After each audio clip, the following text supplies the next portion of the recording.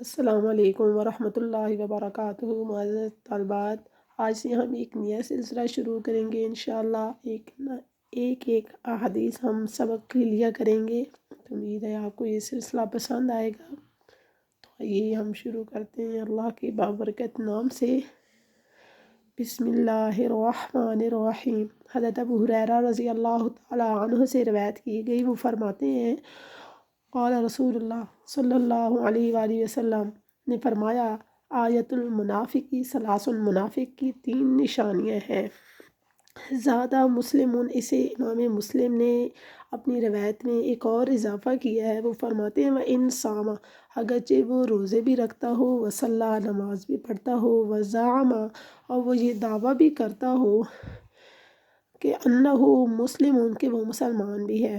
پھر وہ دونوں متفق ہو گئے اس بات پر، یعنی امام بخاری اور امام مسلم نے اس بات پر اتفاق کیا، یہ اس بات پر کہ انسامہ وصلہ والی بات پر۔ اذا حدث، پہلی منافق کی نشانی، جب وہ بات کرتا ہے تو کذب، جھوٹ بولتا ہے، واذا وعد اخلف، جب وہ کسی سے وعدہ کرتا ہے، اخلف تو وہ وعدہ خلافی کرتا ہے، واذا اؤتمن خان، جب اس کے پاس امانت رکھی جاتی ہے تو خانہ، وہ اس میں خیانت کرتا ہے۔ یہ حضرت ابو ہریرہ رضی اللہ تعالیٰ عنہ، یہ ایک مشہور صحابی ہیں۔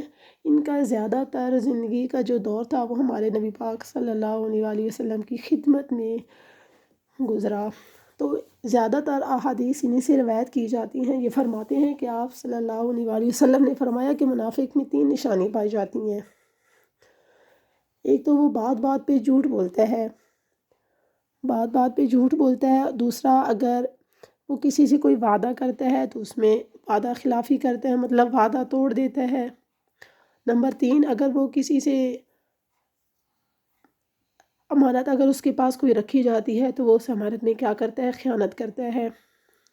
ایک اور احادیث میں آتا ہے، نبی پاک صلی اللہ علیہ وآلہ وسلم کا فرمان ہے، اگر یہ چیزیں، یہ ساری عادتیں مطلب مطلقاً ایک بندے کے اندر پائی جاتی ہیں، کامل طور پر پائی جاتی ہیں، تو وہ بندہ پکا منافق ہے۔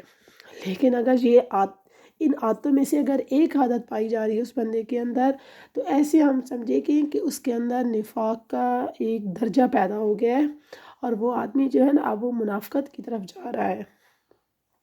اگر ہم لوگ دنیا اور آخرت کی کامیابی چاہتے ہیں تو ان چیزوں کا نقصان یہ ہوگا، امانت میں خیانت کرنے سے، ہر بات میں جھوٹ بولنے سے، کہ انسانیت کا اعتبار ہم سے اٹھ جائے گا۔ ہم نہ دین کے رہیں گے، نہ ہم دنیا کے رہیں گے۔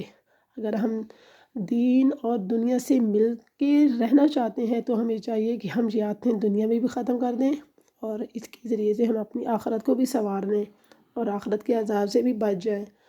تو اللہ مجھے بھی اور آپ کو بھی ان احادیث پر عمل کرنے کی توفیق عطا فرمائے، اور ہمیں ایک سچا اور پکا مسلمان بنائے، ہمیں منافقت سے بچائے، کیونکہ منافقت ایک مہلک بیماری ہے جو انسان کو اندر سے روحانی طور پر ختم کر دیتی ہے۔